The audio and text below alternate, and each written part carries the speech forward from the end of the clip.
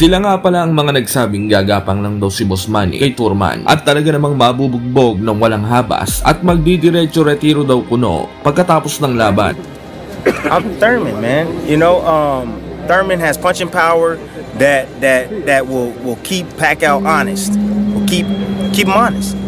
Thurman is smart. He got good speed. He's bigger than Pacquiao. He'll be able to bully him in the inside. You know what I mean? He'll be able to take a punch pretty well.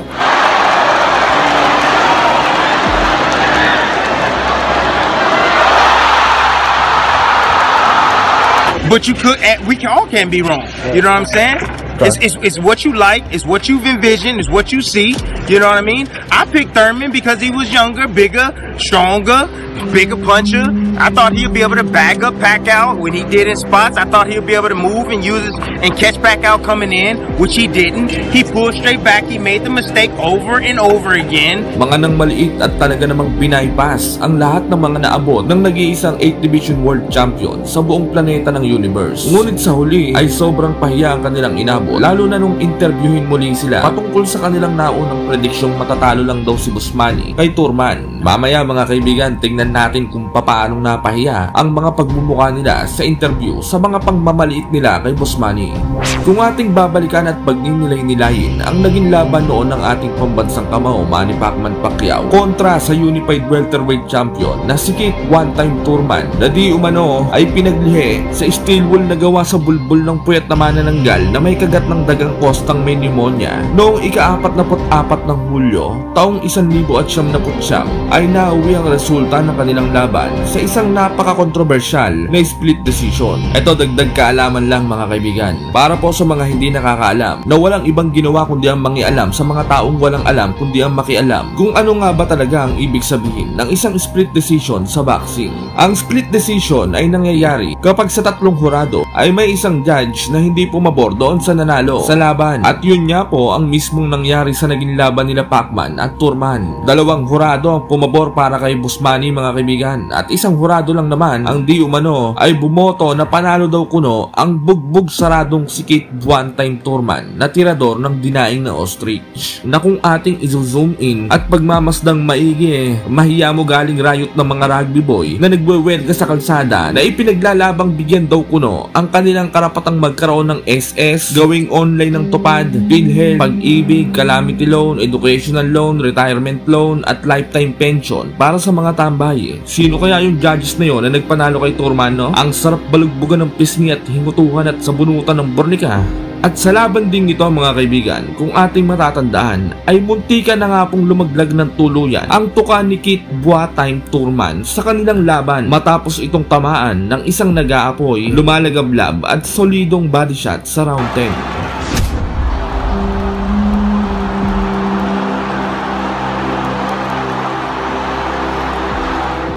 Ayon niya po mismo kay Turman mga kaibigan, ay talaga namang sobrang sakit niya daw po ng patama na iyon ni Boss Manny sa kanyang bodega. At sa sobrang sakit niya daw bigla na lang daw nangatog ang kanyang tuhod at nahirapan daw siyang huminga ng inam, kaya iniluwan na lamang daw niya ang kanyang pacifier, mouthpiece, para makakuha ng hangin at makasurvive sa laban. At sa paglalarawan at pagbibigay halimbawa nga ni Turman mga kaibigan sa kanyang nilasap na kamao ng ating pambansang kamao Manny Pacman Pacquiao, para daw siyang hinampas ng maso sa tagiliran at binato ng didosing hollow block na gawa sa dahon ng pinatuyong pantutay. Pero ang malaking tanong mga kaibigan ay bakit nga ba hindi siya lumuhod o sumuko na lamang sa laban at ipinilit pa rin niyang tumayo kahit sobrang tindi na ng sakit na kanyang nararamdaman. Ganito kasi yan mga kaibigan. Ayon niya mismo kay Keith One-Time Turman, bago ang kanilang laban ay pumusta pala siya sa kanyang sarili ng $10,007,000 o katumbas ng $250,000 sa pagpepera natin para daw maging motivation niya upang mas lalo daw siyang ganahan na patulugin at pagapangin si Pacquiao sa pinakabarubal at walang karespe-respetong pamamaraan. Bukod dyan ay mas nangingibabaw daw ang hiya niya kaysa doon sa suntok na tumama sa kanyang bodega. Yung hiya na sinasabi niyang yon mga kaibigan ay ayun yung mga pangtatrash talk at mga kaanima-anima lang pinagsasabi niya bago yung kanilang naging laban. Kung atin kasing ipapanhig pabalik ang ilang pihit kalakip, ang ilang mga senaryo bago ang kanilang laban, ay grabe ang mga pang-iinsulto at pambabastos na pinagsasabi nitong si Thurman kay pambansang kamao Manny Pacman Pacquiao sa likod, side view, rear view, peripheral view at sa harap ng camera mga kaibigan. Kesyo matanda na daw at mabaga na daw ang 50 anyos pa lamang na si Manny. Maiksi din daw yung braso at bising nito na mahiyamo kamay ng dinosaur na T-Rex na 2,000 taon nang walang hugas ng sariling pinagkainang plato. Mukha din daw wala ng lakas ang mga berada ng mga kamao ni Boss Manny mga kaibigan dahil hirap na daw itong makanak out ng kalaban sa welterweight division. Sapol lang umakyat daw ito sa dibisyong ito. Paglalaroan lamang daw niya ang sinasambang fighter ng mga Pilipino at kung sino-sino at gagawing katatawanan sa ibabaw ng parisukat na lona. Kakangkangin daw niya nang walang hapay sa bugbog ang buong pagkatao ni Boss Manny nang walang labis, kulang-kulang. Kakalampagin daw niya ng samot-saring kombinasyon ang paparupok daw na butot kalamnan ni Boss Manny. At taas noon nitong sinabi na may halong nakakalokong pagmumukha na magbabaw daw siya sa gitna ng ring sa harapan ng bilyon fans ng boxing. At sasabihin si Manny daw ang pinakadakila sa lahat ng mga dakilang boksingero. Ito ay kung siya daw ay magagapi sa laban na talaga namang malabo pa daw kuno sa sabaw ng papaitan mangyari. Sumobra ang kumpiyansa nito sa pangangatawan mga kaibigan. Dahil sa kagustuhan lang naman itong umingay at sumikat ang kanyang pangalan ay walang habas nitong nilapastangan at isinawalang galang ang mga narating na nag-iisang 8th Division World Champion sa buong kalawakan. Ngunit kung bago at kapapadpad mo lamang sa channel na ito mga kaibigan, ay baka naman pwedeng makahiling sa iyo ng isang hampalos ng like, share, comment, at higit sa lahat ay subscribe. Pakisampapigan mo na rin ang kampana dyan sa tabi para buena mano ka palagi sa mga bagong hap. Pero ang pinakamatindi sa lahat ng pangtatrash talk na sinabi ni Thurman na sa tingin ko ay talaga namang ikinabadrip ni Pacquiao mga kaibigan ay nung sinabi nitong ipapako niya daw sa krus si Pacman na talaga namang napakabastos at napakawalang modo. Isipin nyo ba naman mga kaibigan, pati ba naman ang salita ng Panginoong Diyos ay idinamay pa niya. Kaya naman, bagamat pangiti-ngiti lamang itong si Boss Manny na talaga namang parang nakakaloko habang bumubuga ng kahambugan itong si Thurman, ay deep inside ay gitil na ito at talaga namang parang gusto nang kinilasin ng bangkitong D5 na gawa sa expired na platops ang nguya-nguyaan itong si Thurman nang walang habas at salompas. Alam nyo ba mga kaibigan, na kahit nga itong si Floyd Mayweather Jr. na anak ni Bob Marley ay Mayweather Sr. sa loob sa albularyang anak ng mag-aalamang sakapis ay buwisit na buwisit din daw sa pagmumukha nitong si Thurman dahil sa sobrang kaangas-angasan at kaya bang yabangan daw nitong taglay sa kanyang kasingit-singitan. Ito totoong nangyari to mga kaibigan. At sa katunayan nangyari to sa mismong laban nila ni Boss Manny. Lumapit daw kasi itong si Floyd Mayweather sa corner ni Pacquiao nung araw ng kanilang laban upang sabihin niya kay Buboy Fernandez na bodega daw, balun-balunan, esophagus at bahay ni Thurman ang kanilang puntiryahin dahil dito daw ito mahina At kahit nga ang ilang kilalang mga personalidad sa boxing ay talaga namang nasa panig ng nag-iisang 8th Division World Champion Manny Pacman Pacquiao at talaga namang busit na busit sa kayabangan taglay nitong si Thurman at gustong-gusto nila itong makatikim ng leksyong hindi daw nito makakalimutan. Dagdag pa ni Thurman ay magpabuking na din daw si Boss Manny ng whole body massage dahil talaga namang mananakit daw ng inam ang mga kasukasuhan nito dahil sa mga atake bugbog daw niyang gagawin.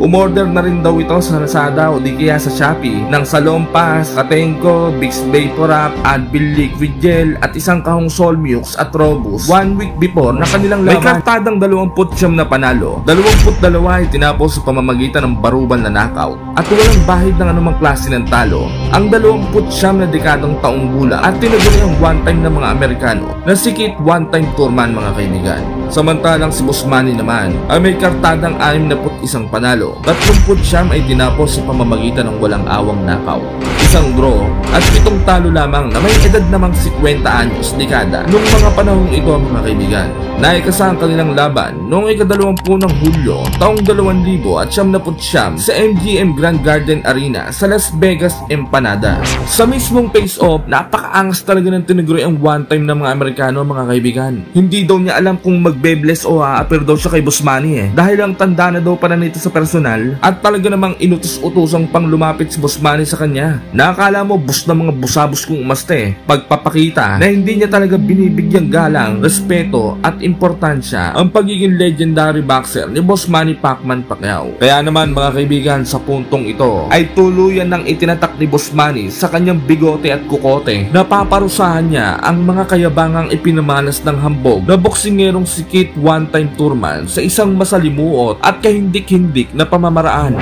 Unang round, napakaraming tao, grabe. Nasaan kaya si Aling Junisa dyan? Samantala, sa pangbungad din na round na ito ay masasaksihan ng libo-libong bilyong-bilyong trilyon-trilyong mga tao kung papaanong papabulagtain ni Boss Manny ang hambog na si Keith one-time Thurman sa pamamagitan ng T-Rex Arms Combination. Napangiti na nga lamang po si Thurman matapos bumulagta at marahil ay pagtanto niya sa kanyang panibugho na ang minamaliit niyang T-Rex Arms daw kuno ay isa palang bigating halimaw.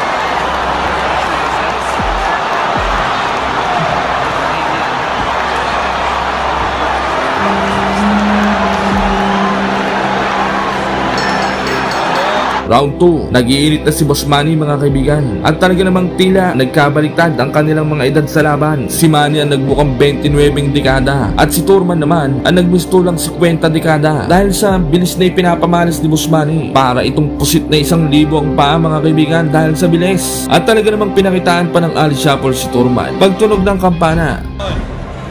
Straighten your punches out.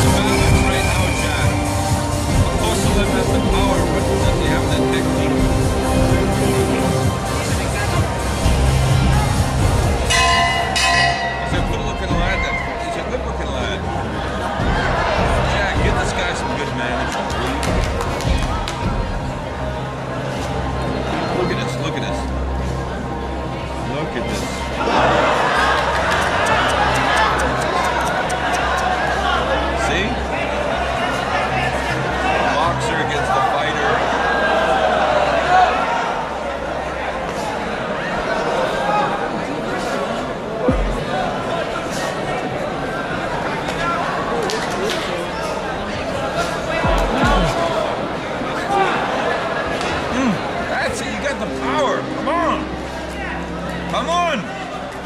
Give him your power! Give me your power! You have the power!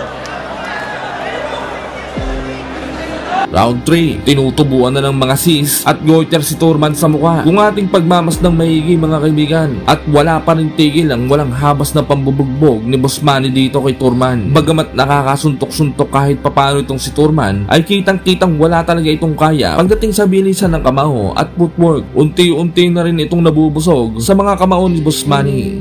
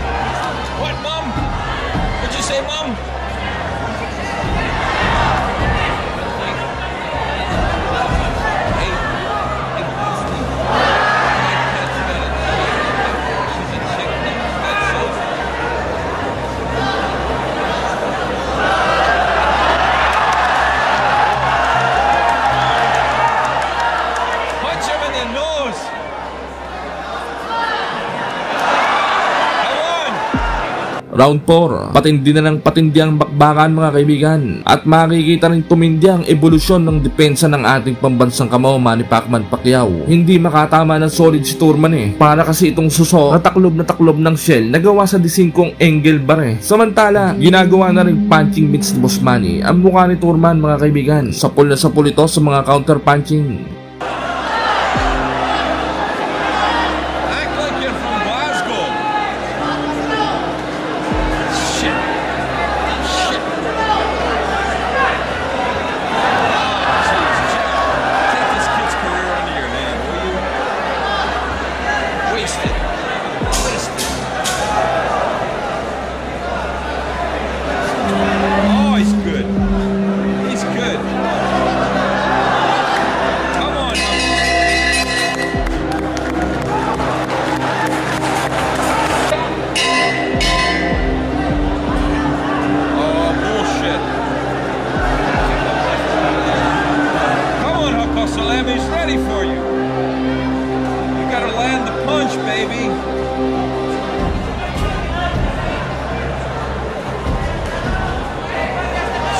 Classic boxer gets the guy that can throw from any angle. All he got to do is hit that one good punch and he's got it. Oh, it's a nice left. Come on, Uncle Slim.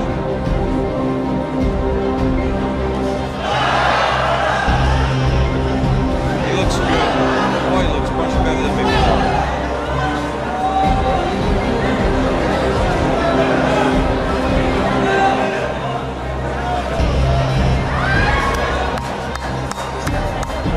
Round 5, bahagyang nakakatama na si Thurman mga kaibigan, ngunit labang ang kalpot sa mga birada nito, kaya nasusundutan nito ni Boss Manny ng malulupit na counter punch na mahiya mula tigong bacon na brief. Good boxing. He's boxing now, that's good. Are you friggin' Cecil B. DeMille or what?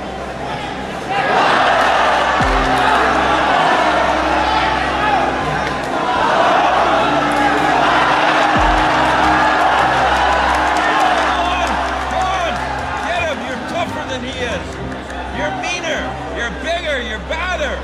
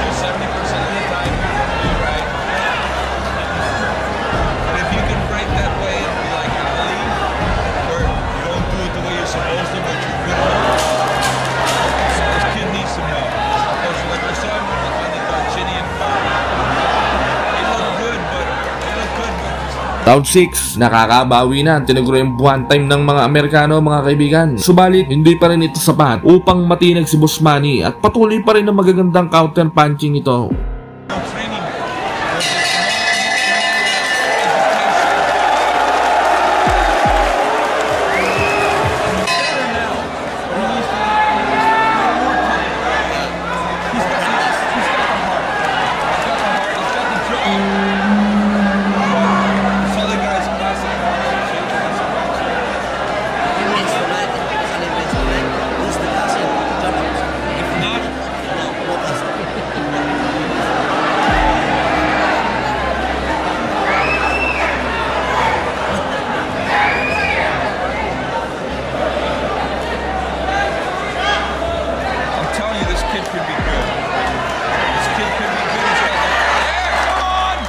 Bring your heart, baby!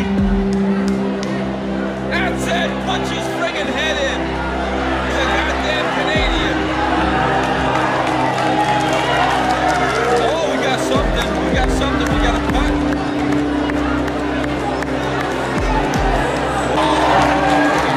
Paul's bringing in a bunch of English trainers to show you boxers how to fight.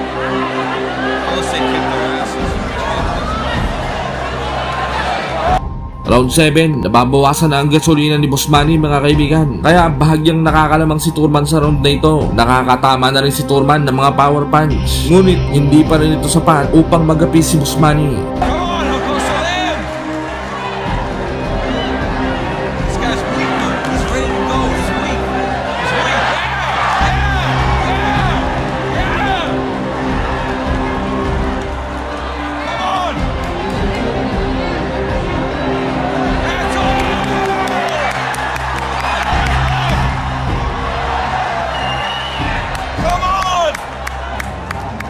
He's got a good left hand.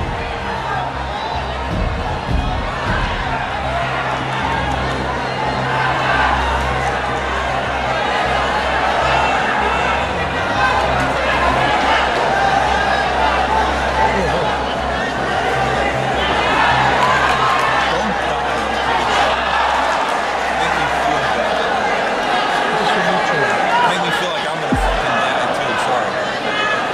The kid looks good. The kid looks good. I think he's wearing him down.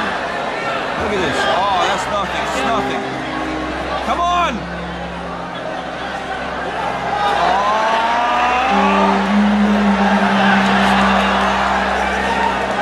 Not on the ropes! Get off the ropes! Get off the ropes! That's it. Round 8, grabe talaga ang stamina ni Boss Manny mga kaibigan. Kahit 50 dekada na ito, napakatindi pa rin, hindi gaya ng ibang mga boksingero natin ngayon. Puro hapo at hingal lang inaabot ilang round pa lamang. Samantala, sigaw na ng sigaw ang mga tao ng Manny. Dinaig pa si Turman kahit na Amerikano ito. Si Manny pa rin ang chinichir ng kanyang kababayan. Stronger than him! You're stronger! Come on! You're stronger! That's it!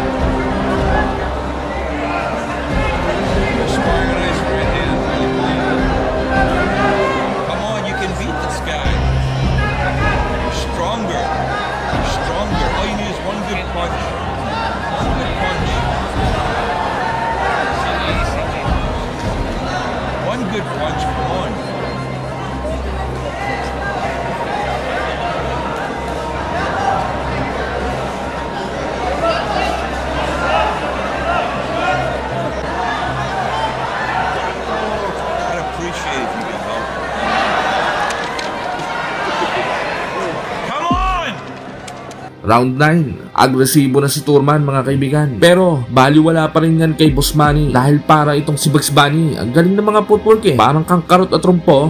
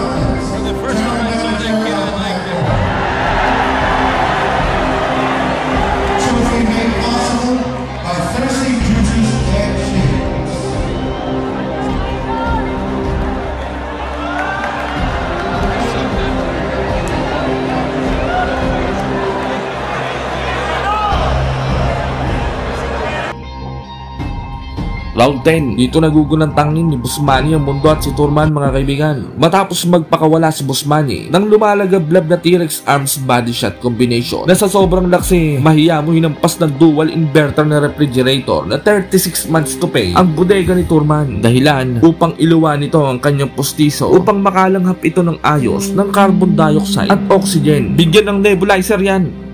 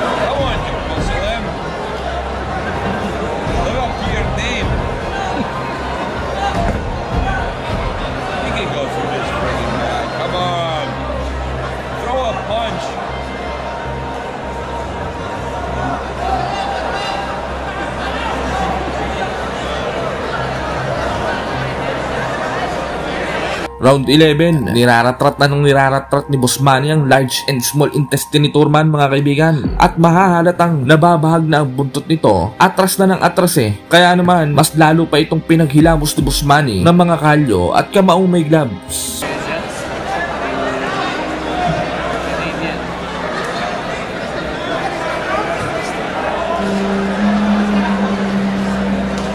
Come on! Straighten your punches out.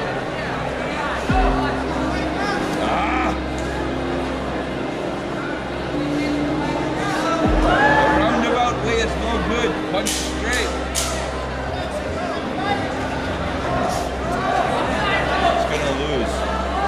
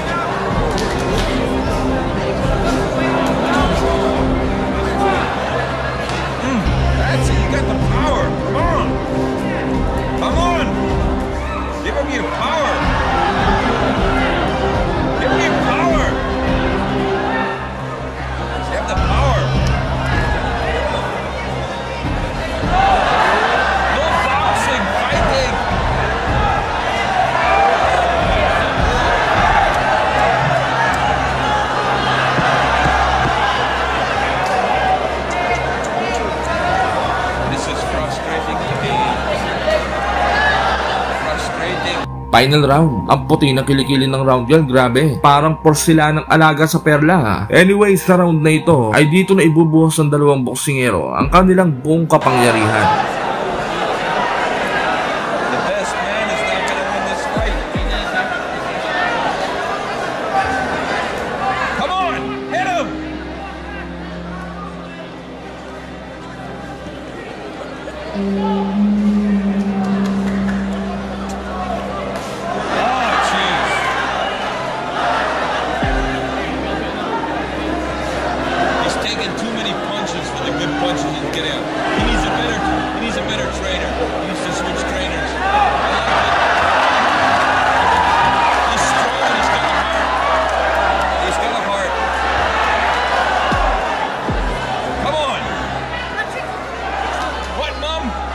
What'd you say, Mom?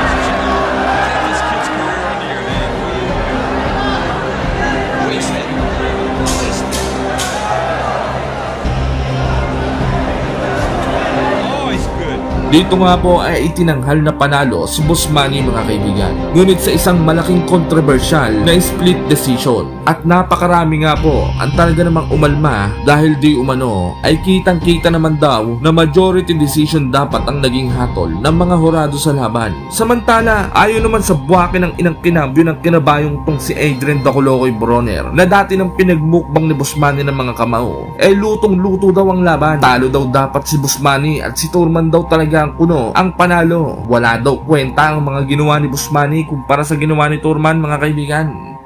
Eh kung magkagayon ay talaga namang tama siya. Grabe na ang tama sa pag-uutak niyang ungas siya. Parang chipmunks pang magsalita mga kaibigan niyo. Mahiya mo mang kukunam na kemis eh. Kemis hindi, kemi wala, mukhang laging sabog eh. Ang taba pa ng pisngi, parang hamster na may busal ang bibig eh. He got cooked. Adrian, you didn't go down like that, huh? He got cooked. Are you surprised?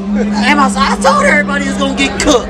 Shit. That motherfucker was gambling with me at 4 in the morning. I had to kick him out the casino. Who was gambling with you? Thurman. No. He showed heart though. Subalit para sa inyo mga kaibigan, tama lang ba na split decision ang naging hatol sa laban? Comment down mo na yan sa baba, babasahin natin yan isa-isa.